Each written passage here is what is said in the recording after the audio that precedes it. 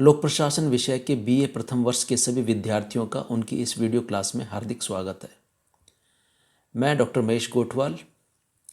प्रिय विद्यार्थियों, हम आपके बीए प्रथम वर्ष में लोक प्रशासन का जो आपका सिलेबस है, जो आपका पाठ्यक्रम है, उसके अंतर्गत आपके जो दो पेपर हैं, लोक प्रशासन के तत्व और दूसरा पेपर है भारत में लोक प्रशासन के अंतर्गत हम अध्ययन कर रहे हैं आपके दूसरे पेपर भारत में लोक प्रशासन का। उस आपके दूसरा जो पेपर है भारत में लोक प्रशासन, उसके अंतर्गत हम अध्ययन कर रहे हैं भारतीय प्रशासन की ऐतिहासिक पृष्ठभूमि, यानी भारतीय लोक प्रशासन की ऐतिहासिक पृष्ठभूमि का। तो जो वर्तमान का जो भारतीय प्रशासन है, वर्तमान का जो भारत में लोक प्रशासन प्रचलित है, जो कार्य कर रहा है, वह प्रशासन भारत के जो प्राचीन कालीन प्रशासनिक व्यवस्थाएं रही हैं, उनसे धीरे धीरे विकसित होकर वर्तमान स्वरूप में पहुंचा है। जो यह भारतीय प्रशासन है, यह अनेक प्रकार की प्रशासनिक व्यवस्थाएं हमारे देश में प्रचलित रही हैं और उन प्रशासनिक व्यवस्थाओं से धीरे धीरे स्नेह स्नेह विकसित होकर हमारा प्रशासन वर्तमान स्वरूप में आज हमें ये देखने को मिल रहा है। तो हम आपके जो ये टॉपिक है, इसके अंतर्गत हम अध्ययन कर रहे हैं अपने प्रशासन की ऐतिहासिक पृष्ठभूमि का। तो इस ऐतिहासिक पृष्ठभूमि को हमने 5 भागों में बांटकर विभाजित करके अध्ययन करने का प्रयास किया है। तो जो पहला है वह है प्राचीन कालीन प्रशासन। इस प्राचीन कालीन प्रशासन को हमने पुनः 5 भागों में विभाजित किया है। पहला है सिंधु घाटी सभ्यता, दूसरा वैदिक काल, तीसरा महाकाव्य काल, चौथा है मौर्य काल और पांचवा है गुप्त काल। तो इन 5 कालखंडों में प्रशासनिक व्यवस्था किस तरह की थी, यह इनकी विशेषताएं क्या क्या थी, इनका हम अध्ययन करने का प्रयास करेंगे। उसके बाद जो दूसरा है प्राचीन कालीन प्रशासन के बाद दूसरा जो कालखंड है वह है राजपूत कालीन प्रशासन का, तीसरा कालखंड है सल्तनत कालीन प्रशासन का, चौथा है मुगल प्रशासन का और पांचवा है ब्रिटिश प्रशासन का। तो हम इन कालखंडों में बांटकर भारतीय प्रशासन की प्रमुख विशेषताओं को जानने का प्रयास करेंगे। हम आज सबसे पहले प्राचीन कालीन प्रशासन के अंतर्गत हम जानने का प्रयास करते हैं सिंधु घाटी सभ्यता के बारे में। तो जो सिंधु घाटी सभ्यता है, यह भारत की प्राचीनतम सभ्यता है, प्राचीनतम सभ्यता, विकसित सभ्यता है, जिसके हमें अनेक प्रकार के अवशेष हमें देखने को मिलते हैं। जो सिंधु घाटी सभ्यता का जो कालखंड है वह माना गया है 2250 ईसा पूर्व से 1750 ईसा पूर्व का जो कालखंड है, यह सिंधु घाटी सभ्यता का कालखंड माना गया है। अभी तक सिंधु घाटी सभ्यता के बारे में कोई विशेष लिखित साक्ष्य हमें मिल नहीं पाए हैं, लेकिन फिर भी उस काल में के जो अवशेष हमें मिले हैं, उन अवशेषों को देखकर उस समय की जो प्रशासनिक व्यवस्था है उसका अनुमान लगाया जाता है। उस काल के जो कालखंड, उस कालखंड के जो हमें अवशेष मिले हैं, उस समय के जो नगरों के अवशेष जो मिले हैं, उन नगरों को देखकर ये साफ उन अवशेषों को देखकर ये साफ पता चलता है कि उस समय जो सड़कें थी वो सुनियोजित थी, बहुत ही सुनियोजित तरीके से सड़कों का निर्माण किया गया था। उस समय जो नालियाँ थी, उन नालियों का निर्माण बड़ी सुनियोजित तरीके से किया गया था। बाग, जो उद्यान वगैरह थे, उनकी व्यवस्था भी बहुत ही सुनियोजित थी।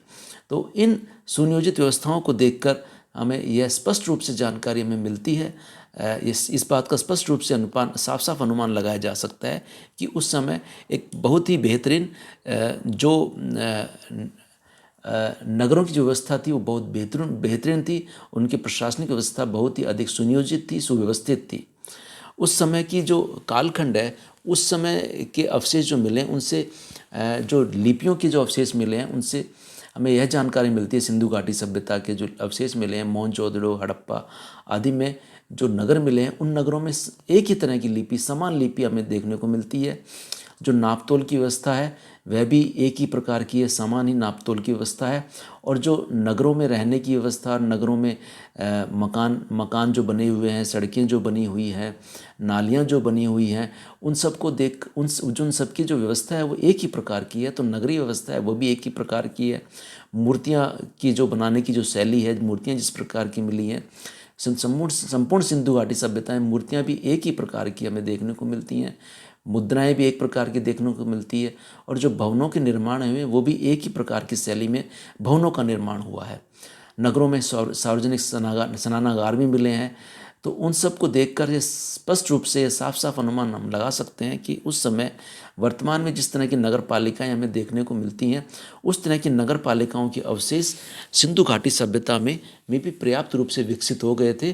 उन नगर पालिकाओं की जो उस समय नगर पालिकाएँ जो थी, वह नगर पालिकाएँ ही नगरों में सुनियोजित जो नगरीय नगरों को बसा पाए थे, जिनके हमें अवशेष हमें अभी मिलते हैं।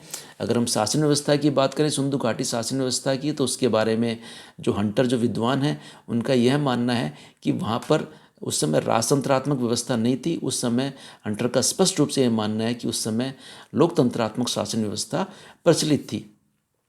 मैके जो विद्वान हैं उनका यह कहना है कि मोहनजोदड़ो में एक प्रतिनिधित्वात्मक शासन व्यवस्था काम कर रही थी। एक प्रतिनिधि शासक था, वो उस समय वो शासन किया करता था। और जो व्हीलर विद्वान है उनका यह मानना है कि उस समय जो शासन व्यवस्था थी वो धर्मगुरुओं के हाथ में थी। लेकिन उनका यह भी कहना है कि जो उस समय जो धर्मगुरु थे वो जनप्रतिनिधि ही धर्मगुरु हुआ करते थे, जनप्रतिनिधि धर्मगुरु के रूप में काम करते थे। बात करते हैं वैदिककालीन व्यवस्था की, वैदिककालीन प्रशासनिक व्यवस्था के बारे में। तो जो वैदिककालीन प्रशासनिक व्यवस्था है उसकी जानकारी हमें वेदों में जो वर्णन मिला है प्रशासनिक व्यवस्था के बारे में, उस वर्णन से हम वैदिककालीन प्रशासनिक व्यवस्था का अनुमान लगा सकते हैं, उसकी कल्पना कर सकते हैं और उसके बारे में हमें जानकारी हमें मिलती है। जो वैदिककालीन प्रशासनिक व्यवस्था है उसके अंदर जो प्रशासन की जो सबसे छोटी जो इकाई मानी गई है, वह जो बताई गई है इकाई, वह इकाई है कुटुंब की। कुटुंब यानी परिवार की इकाई। परिवार जो थे वो परिवार, जो बड़े बड़े परिवार थे, वो उस समय वैदिक काल में प्रशासन की सबसे छोटी इकाई थी। जो मिले जुले जो परिवार थे, संयुक्त परिवार थे, जिन्हें हम कुटुंब कहते हैं, उस समय जो कुटुंब कहा जाता था, उस कुटुंब का जो मुखिया था वो सबसे अधिक उम्र का व्यक्ति ही उस कुटुंब का मुखिया माना जाता था। और वही कुटुंब का सबसे प्रमुख व्यक्ति होता था और पूरा कुटुंब उसके आदेशों की पालना करता था, उसके आदेशों निर्देशों के अनुसार अपने समस्त कार्यों को संपन्न करता था। जो कई कुटुंब, कई परिवार, कई कुटुंब मिलकर एक ग्राम का निर्माण करते थे, गांव का निर्माण करते थे। उस समय ग्राम का जो मुखिया होता था उसे ग्रामणी कहा जाता था। ग्रामणी गांव का सबसे बड़ा सर्वोच्च पदाधिकारी, प्रशासनिक पदाधिकारी होता था। कई गांवों को मिलाकर विश नामक प्रशासनिक इकाई का निर्माण किया जाता था। तो कई ग्रामों को मिलाकर जो प्रशासनिक इकाई बनती थी उसे विश कहा जाता था और इसके प्रमुख प्रशासनिक अधिकारी को विशपति कहा जाता था। और अनेक विश मिलकर प्रशासनिक इकाई का, जिसे जन कहा जाता था, उस जन का निर्माण अनेक विषयों द्वारा मिलकर किया जाता था। और जन के मुखिया को वैदिक काल में गोप कहा जाता था। और जो यह गोप है वह गोप ही उस समय का राजा कहलाता था। गोप राजा के समान हुआ करता था और गोप को ही उस समय राजा कहा जाता था। ऋग्वैदिक काल में राजतंत्रात्मक शासन व्यवस्था प्रचलित थी, लेकिन इसके बावजूद भी अनेक प्रकार की गणतंत्रात्मक व्यवस्थाओं के भी उस समय के उदाहरण हमें मिलते हैं। जो राजा होता था राजतंत्रात्मक व्यवस्था में, वह राजा वंश परंपरा के आधार पर ही राजा बनता था, राजा बनाया जाता था। राजा जन कल्याणकारी, जन महत्व को ध्यान में रखते हुए जन कल्याणकारी, लोक कल्याणकारी कार्यों को संपन्न करता था। उन जन कल्याण के लिए विभिन्न कार्यों का क्रियान्वयन राजा के द्वारा किया जाता था। तो राजा का वैदिक काल में जो राजा का जो सर्वाधिक प्रमुख कार्य जो बताया गया है, वह प्रमुख कार्य है कि वैदिक काल का राजा कानून व्यवस्था और शांति को बनाए रखने के लिए कार्य करता था और बाहरी आक्रमणों से, जो एक्सटर्नल जो आक्रमण होते थे, उन आक्रमणों से राज्य की सुरक्षा प्रदान करने के लिए राजा कार्य करता था। वैदिक काल के जो राज्य होते थे वो छोटे छोटे आकार के राज्य होते थे। इन छोटे आकार के राज्यों के होने के कारण उस समय प्रशासनिक व्यवस्था में बहुत कम कार्मिकों से ही प्रशासनिक व्यवस्था का कार्य चल जाया करता था। और जो राजा था, उस राजा के अधिकारियों में अगर हम बात करें तो सर्वाधिक महत्वपूर्ण जो अधिकारी होते थे वो पुरोहित और सेनानी हुआ करते थे। इनका उस समय के अधिकारी वर्ग में बहुत अधिक महत्व था। वैदिक काल में राजा की मनमर्जी और राजा की इच्छा पर मनमर्जी स्वेच्छाचारिता पर नियंत्रण रखने के लिए सभा व समिति नाम की दो संस्थाओं का निर्माण किया गया था। जो समिति थी उसके जो सदस्य होते थे वो जनसाधारण के लोग होते थे। जो जनसाधारण सामान्य लोग होते थे वो समिति के सदस्य होते थे। और जो सभा के सदस्य होते थे वो अधिकांश जो धर्मगुरु और महत्वपूर्ण व्यक्ति होते थे वही सभा के सदस्य हुआ करते थे। राजा सभा के साथ विचार विमर्श करके निर्णय लिया करता था। तो जो सभा थी वो उस समय के महत्वपूर्ण व्यक्तियों की सभा हुआ करती थी। महत्वपूर्ण जो व्यक्ति थे उस वैदिक काल में वो महत्वपूर्ण व्यक्ति ही सभा के सदस्य हुआ करते थे। वैदिक कालीन जो प्रशासनिक व्यवस्था थी वो वैदिक कालीन प्रशासनिक व्यवस्था के अंतर्गत राजा की सहायता करने के लिए मंत्री परिषद हुआ करती थी। इन मंत्रियों को उत्तर वैदिक काल में रत्निन कहा जाता था। रत्निन जो मंत्री परिषद थे उसके मंत्रियों को उस समय रत्निन कहा जाता था। और अगर न्याय व्यवस्था की बात करें तो न्याय व्यवस्था का जो सर्वोच्च अधिकारी, सबसे बड़ा अधिकारी वैदिक काल में राजा ही हुआ करता था।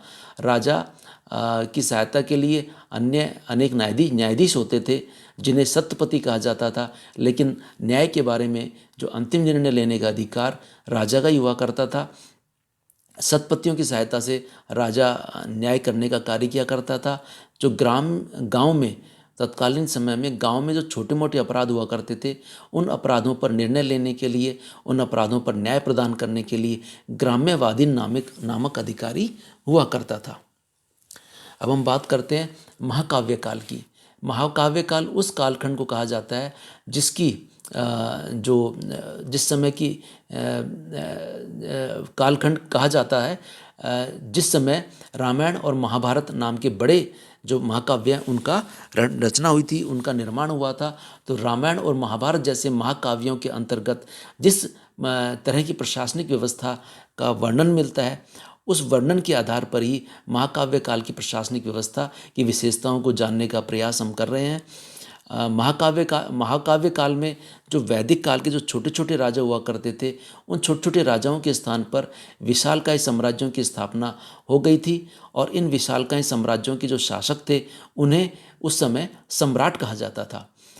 उस समय इन छोटे छोटे राज्यों के स्थान पर जो बड़े बड़े विशालकाय साम्राज्यों की स्थापना हो गई थी जिनके शासक को सम्राट कहा जाता था। और जो सम्राट है वो राज्य का सबसे बड़ा अधिकारी हुआ करता था। सबसे बड़ा अधिकारी, सर्वोच्च अधिकारी हुआ करता था जिसके हाथों में समस्त शक्तियाँ हुआ करती थी। राज्य की समस्त शक्तियाँ सम्राट के हाथों में हुआ करती थी। और यह जो राजा है, जो सम्राट है, वो प्रजा की रक्षा करने के लिए और लोक कल्याण के कार्यों को संपन्न करने के लिए कार्य किया करता था। महाकाव्य काल में राजा कभी भी निरंकुश होने का प्रयास नहीं करता था। वो जन कल्याण के और लोक कल्याण के कार्यों को करने के लिए अधिकाधिक प्रयत्नरत रहता था। सम्राटों की सहायता करने के लिए मंत्री परिषद और सभा हुआ करती थी। मंत्री परिषद में 30-40 सदस्य हुआ करते थे जो समाज के विभिन्न वर्गों का, समाज के सभी वर्गों का प्रतिनिधित्व किया करते थे। सभा में कम संख्या में सदस्य हुआ करते थे, केवल 15-20 सदस्य ही सभा के सदस्य हुआ करते थे। यह जो 15-20 जो सदस्य होते थे, जो सभा के सदस्य होते थे, यह विभिन्न विभागों के अध्यक्ष होते थे। और इनकी सहायता से महाकाव्य काल में प्रशासनिक तंत्र चलता था। साम्राज्य को प्रशासनिक सुविधा के लिए विभिन्न क्षेत्रों में बांटा हुआ था। अगर हम महाकाव्य काल में प्रशासनिक इकाइयों की बात करें तो उस समय जो सबसे छोटी जो प्रशासनिक इकाई थी उसे ग्राम कहा जाता था। ग्राम के ऊपर जो प्रशासनिक इकाई है उसे 10 ग्राम कहा जाता था।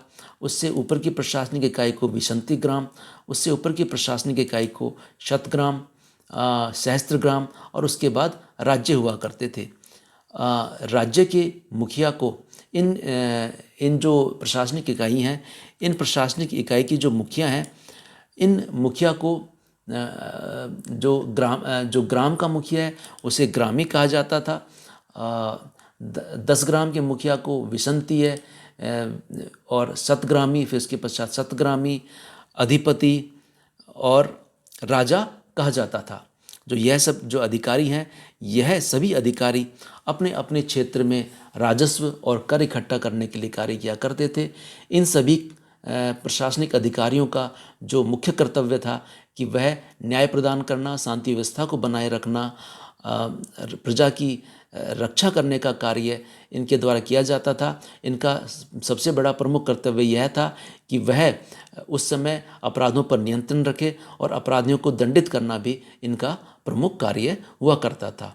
अब हमारी जो अगली वीडियो क्लास है उसमें हम अध्ययन करेंगे मौर्यकालीन प्रशासनिक व्यवस्था का। धन्यवाद विद्यार्थियों।